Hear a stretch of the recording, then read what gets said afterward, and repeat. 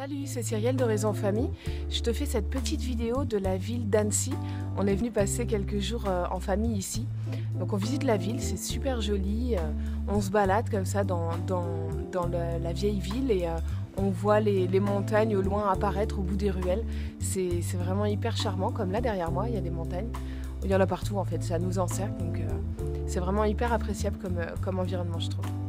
Alors pourquoi faut-il chuchoter avec un enfant ? En fait, tout simplement parce que si moi je chuchote, eh bien lui aussi il va chuchoter. Chuchoter ou parler bas évidemment. Mais en fait, l'enfant agit par mimétisme grâce à ses neurones miroirs. Donc ça veut dire que si moi je parle bas, il va parler bas. Et évidemment, si je crie, il va crier quoi. D'ailleurs, on le voit souvent quand on est énervé parce que lui-même est dans un état d'énervement, on va lui crier dessus en lui disant arrête de crier. Il n'y a rien de plus paradoxal, mais surtout généralement le résultat qu'on obtient, c'est que lui va crier encore plus fort que nous. Donc ça va aller crescendo quoi. Ou bien si on lui crie dessus, il peut aussi se taire, par peur. Bon, ça c'est une autre histoire. Mais ce que je veux dire, c'est que les enfants font comme nous.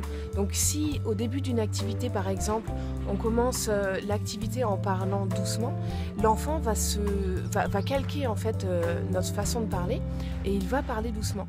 Et si pendant le jeu, on voit qu'il commence à monter le ton à certains moments, eh ben nous, on doit prendre le contre-pied justement et on doit continuer à parler bas pour ne pas que le ton monte de plus en plus et que ça aille crescendo.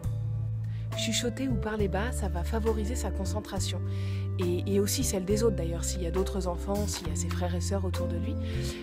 Voilà, c'est chuchoter en fait, c'est respecter la concentration des autres, le jeu des autres, le travail des autres à côté. Parler bas, c'est aussi se maîtriser soi-même.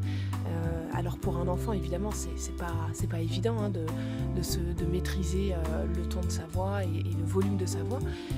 D'ailleurs pour un adulte non plus, hein, c'est pas forcément évident. On a tendance parfois à très vite monter le ton, mais c'est important pour un enfant de commencer à comprendre qu'on peut se maîtriser soi-même et que ça passe notamment par la voix.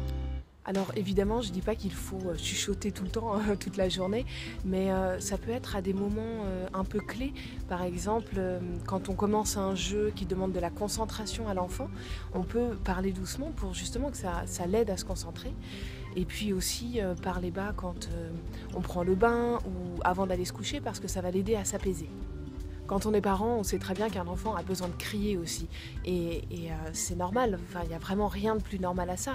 Notamment en fin de journée, ils ont besoin de faire sortir toutes les tensions, toutes les peurs, les angoisses, le stress accumulés dans la journée. Donc il ne faut surtout pas les empêcher de sortir ces émotions-là. Mais en face, nous, notre rôle, c'est plutôt de prendre le contre-pied de ça et de parler doucement pour les apaiser. Voilà, je fais des vidéos sur la pédagogie Montessori et sur la parentalité positive. Pense à t'abonner à Horizon Famille sur Facebook et sur YouTube.